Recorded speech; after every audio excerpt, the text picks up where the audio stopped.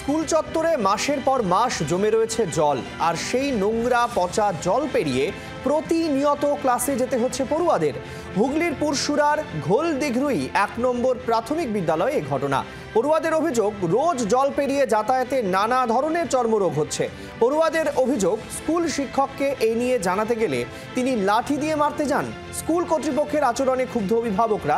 অভিযোগ, বেহাল school building, বৃষ্টি হলেই জল চুয়ে চুয়ে ক্লাসরুমে পড়ে। দীর্ঘদিন ধরে ক্যাম্পাসে জল জমে থাকার কারণে বিষাক্ত পোকা মাকড় থেকে শুরু করে বিষধর সাপের আড্ডায় পরিণত হয়েছে স্কুল।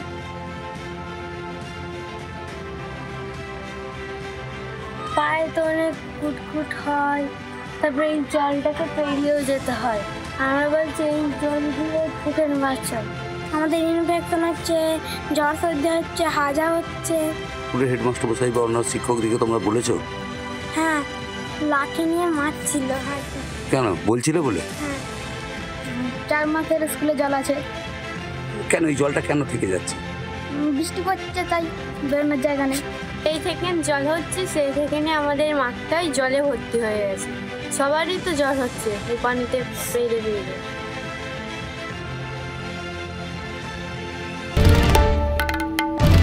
বাংলার আওয়াজ, বাঙালির আবেগ, জি 24 ঘন্টা।